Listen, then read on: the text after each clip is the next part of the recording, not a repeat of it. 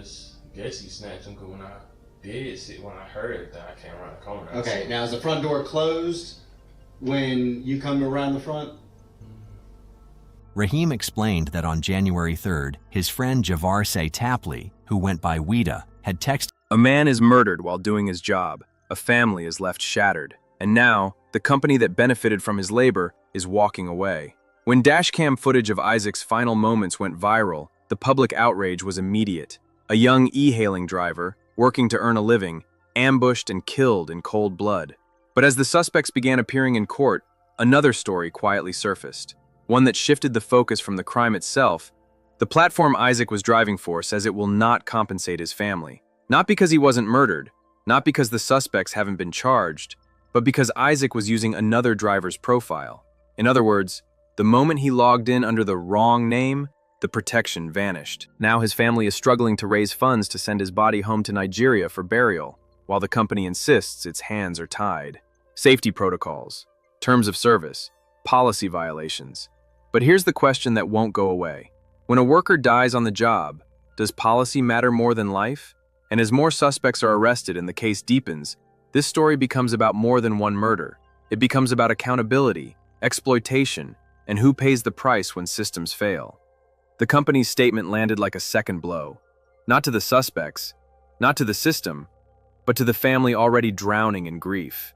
Isaac Satlat was 22 years old, an immigrant, a son, a breadwinner. On the night he was killed, he wasn't doing anything unusual. He was driving, working, trying to earn money the same way thousands of e-hailing drivers do every single day, by accepting trips that come through an app and trusting that they'll make it home alive. He didn't. The dashcam footage told the story the company press release never could. The fear, the confusion, the sudden violence. A young man realizing too late that the passenger behind him wasn't there for a ride. When that video spread, people assumed one thing was obvious. The platform would step in, help the family, cover costs, do what corporations always promise to do when tragedy strikes a partner. Instead, Bolt drew a line. According to the company, Isaac was not operating under his own verified driver profile at the time of his murder. The account belonged to another registered driver, someone who had passed verification checks earlier that day. Isaac logged in using that profile, and under the company's rules, that single detail changed everything. Profile sharing is prohibited. Because of that, Bolt says Isaac was operating unlawfully on the platform, and because of that, his family gets nothing. No compensation, no death benefit, no assistance to repatriate his body to Nigeria, just policy. To the family, that explanation felt hollow. They weren't asking for charity. They were asking for help to send their son home, back to Abuja, so he could be buried with dignity. They were asking why a company that profits from drivers' labor could distance itself so completely the moment things went wrong. Standing before cameras, relatives struggled to hold themselves together. They spoke about safety, about how vulnerable drivers are, about how often they work long hours in unfamiliar areas, trusting strangers because the app tells them to. And then they asked the question no policy document answers. Is enough being done to protect e-hailing drivers? They point to safeguards, identity verification, selfie checks. On paper, it sounds robust. In reality, a man is dead, and the platform's position is clear. Protections apply only if every rule is followed perfectly. One violation, and you are on your own, even if that violation had nothing to do with how you died. This is where the story stops being just about Isaac. Because profile sharing is not rare, it's widespread. Drivers share accounts for many reasons: immigration barriers, paperwork delays, account suspensions, or simply trying to survive in an industry that demands constant availability with little security. Platforms know this. They ban it publicly, while quietly benefiting from the labor anyway. And when something goes wrong, the policy becomes a shield. As public anger grew, the criminal case moved forward. 3 suspects, aged between 25 and 30, appeared in the Pretoria Magistrate's court, charged with premeditated murder and robbery with aggravating circumstances. They abandoned their bail applications and remained in custody. The matter was postponed to allow further investigation. Then, just days later, a 4th suspect appeared. He had handed himself over at a police station. His court appearance confirmed what many suspected from the start. This wasn't a random act. It was coordinated, planned, violent. 4 people now stand accused in Isaac's murder. Yet while the justice system inches forward, The family remains stuck, financially and emotionally. The body is still in South Africa. Burial plans are uncertain, and every update about the case is followed by the same unresolved reality. The platform that connected Isaac to his killer has washed its hands of him. Bolt says its compensation policy is clear. Support applies only when drivers operate under their own verified profiles.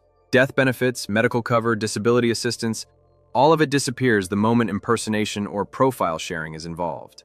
From a legal standpoint, that may be defensible. From a moral standpoint, many aren't convinced. Because Isaac didn't die because of a profile violation. He died because e-hailing drivers are exposed, daily, to risk. He died because someone got into his car with violent intent.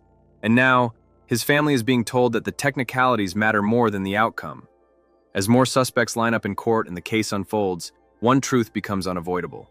A corporate responsibility story. A story about how modern gig work shifts all the risk onto the worker and all the protection onto the platform. Isaac followed the route, accepted the ride, did the job, and when his life ended on that road, the system he relied on stepped back and said, "You weren't really ours." That's the part people can't shake. Because if this can happen to Isaac, it can happen to any driver, and the policy will read the same every time. The question now isn't whether rules were broken, it's whether the rules were designed to protect people or to protect companies. Because when you strip away the legal language, the timestamps, the press statements, what you're left with is painfully simple. A young man is dead, 4 people are accused of killing him, and the platform that connected all of them is choosing distance over responsibility. Isaac's murder didn't happen in a vacuum. E-hailing drivers in South Africa and across the world have been sounding the alarm for years. Hijackings, armed robberies, fake passengers, trips that end in violence instead of drop-offs. Many drivers know the risks the moment they start their engines, but they drive anyway because rent is due, families depend on them, and alternatives are limited. That's the uncomfortable truth beneath the policies. Profile sharing didn't start because drivers wanted to cheat the system. It started because the system is unforgiving. Accounts get suspended. Documentation takes months.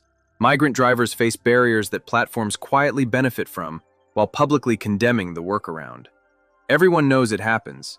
Everyone looks the other way until tragedy strikes.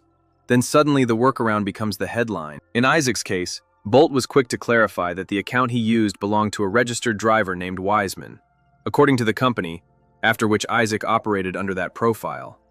Once discovered, the account was permanently blocked and banned. Problem solved for the platform. But for the family, that detail changes nothing. Isaac was still the one behind the wheel. He was still the one attacked, still the one whose final moments were recorded on camera, still the one whose body now needs to be sent home across borders. And yet, because his name didn't match the account, he has effectively been erased from the company's responsibility ledger. This is where public reaction has shifted from shock to anger. People aren't just asking why Bolt won't compensate the family. They're asking why safety measures that are advertised so confidently didn't stop this from happening in the first place. If identity verification is so robust, how did the trip proceed? If safety systems are effective, how did a coordinated attack unfold so easily? If driver lives matter, why does support disappear the moment a technical violation is discovered? These are not abstract questions. They're practical. They affect thousands of drivers who are watching this case closely and wondering what would happen if they were next. The criminal proceedings offer no comfort yet. The 3 original suspects, who appeared in court singing as they were escorted, have been charged with premeditated murder and robbery with aggravating circumstances. Their decision to abandon bail suggests the seriousness of the case and the strength of the evidence being assembled. The 4th suspect's appearance only deepened the sense that this was not impulsive violence. Investigators believe the attack was planned, that Isaac was targeted, that the vehicle was used as bait, not opportunity. And still, even as the justice system moves forward, there is a gap, one no court can fill. Because justice for Isaac doesn't end with convictions.